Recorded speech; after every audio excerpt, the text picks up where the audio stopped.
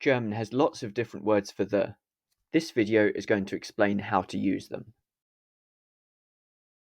Never fear, Herr Reed is here to explain it all to you.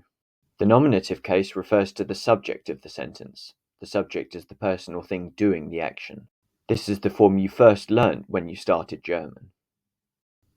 For example, der Hund isst Brot, ein Hund spielt Federball, mein Hund ist cool, kein Hund kann tanzen. For feminine, die Katze isst Brot, die Katze spielt Federball, meine Katze ist cool, keine Katze kann tanzen. And for neuter, das Pferd isst Brot, ein Pferd spielt Federball, mein Pferd ist cool, kein Pferd kann tanzen. So far so good.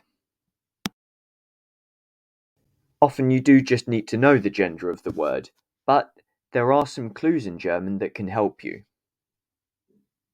Female family members such as meine Schwester and female professions such as die Ärztin are feminine words. These are some common noun endings for feminine words in German. Male family members such as der Bruder and male versions of professions such as der Arzt are masculine. And these are some common noun endings for masculine words. And look out for these noun endings too, which are often masculine nouns. Days, months, seasons, compass points, and weather words are also masculine. Young people and animals are neuter. Nouns beginning with GE are neuter, and these endings also show neuter nouns. You are smashing it. We've looked at der, die, das, ein, and eine. Now we're going to look at some other words for the and a and an. In a German sentence with one object and no preposition, it's usually going to be the accusative case. In the accusative case, only the masculine article changes. Ich habe einen Hund. Ich mag den Hund. Ich habe ein Einhorn. Ich mag das Einhorn. Ich habe eine Schwester. Ich mag meine Schwester.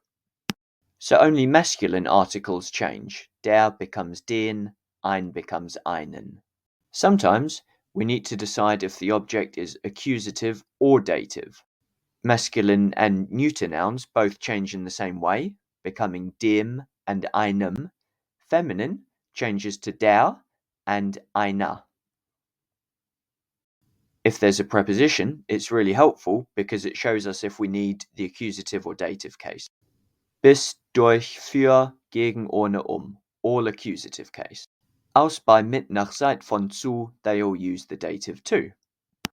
An, auf, hinter, in, neben, über, unter, vor, zwischen. These could be either.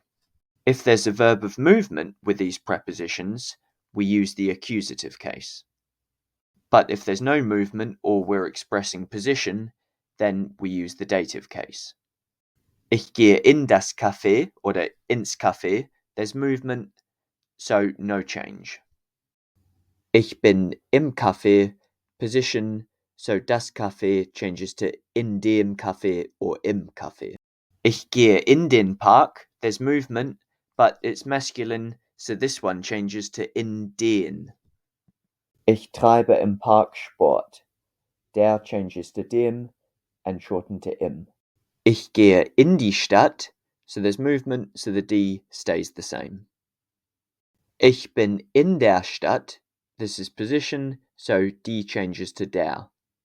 Sometimes there's no preposition to give us a clue, we need to work it out another way.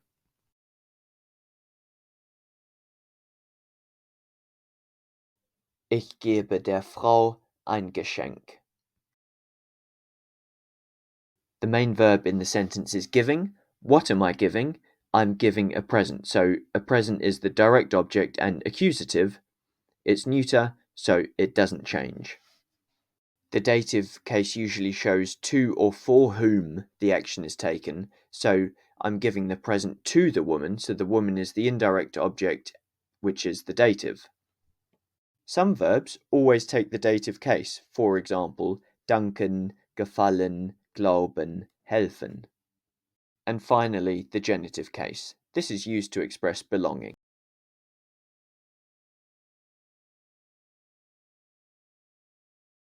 Der Ball meines Hundes, das Buch meines Vaters, die Tasse meiner Mutter.